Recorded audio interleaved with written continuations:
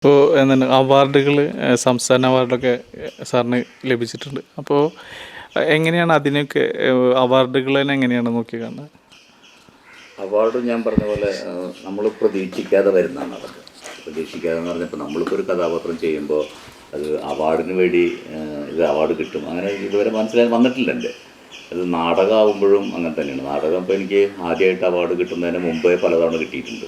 പക്ഷേ എൻ്റെ പേര് വന്നില്ല എന്നേ ഉള്ളൂ. കാരണം ഇപ്പോൾ പല നാടകങ്ങൾ ഇപ്പോൾ ചീരന്തിരയിൽ കളിക്കുമ്പോൾ ഒരു നാടകം മേടപ്പത്ത് എന്ന് പറഞ്ഞ നാടകം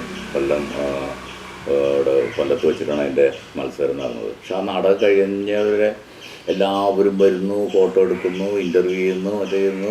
ഞാൻ തന്നെ നാളെയാണ് പ്രഖ്യാപിക്കുന്നത് താങ്കൾ തന്നെ എന്ന് പറഞ്ഞ് വിട്ടിട്ടുണ്ട് എന്നെ.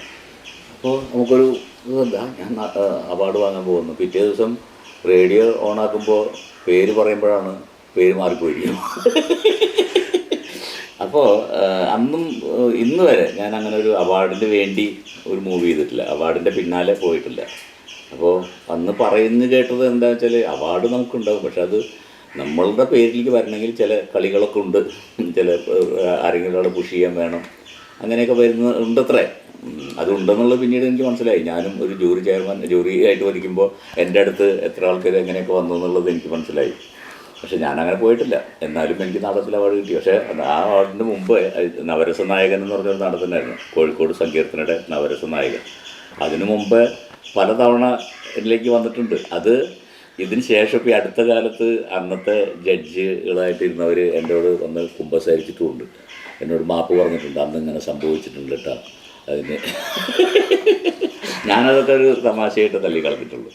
അപ്പോൾ അവർക്ക് അത് അത്രമേൽ മനസ്സ് വേദനിച്ചിട്ട് എന്നോട് വന്ന് പറഞ്ഞിട്ടുണ്ട് ആൾക്കാർ, ഇങ്ങനെ ഒരു സംഭവം ഉണ്ടായിട്ടാണ്.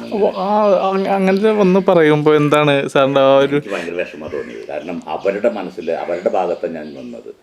അവരുടെ ഭാഗത്ത് നിന്ന് ചിന്തിച്ച് നോക്കുമ്പോൾ അവർ അത്രമേൽ വിഷമിച്ചിട്ടാണല്ലോ അത് പറഞ്ഞത്. അപ്പോൾ എൻ്റെ മുന്നിൽ ഒരാൾ വിഷമിച്ച് നിൽക്കുന്നത് എനിക്കിഷ്ടമല്ല. അതിപ്പോൾ എൻ്റെ കാരണക്കാരൻ ഞാനാണെങ്കിലും ആരായാലും അയാൾ അത്രമേൽ മനസ്സ് വിഷമിച്ചിട്ടാണ്. അപ്പോൾ അടുത്ത കാലത്താണ് ഡീറ്റെയിൽ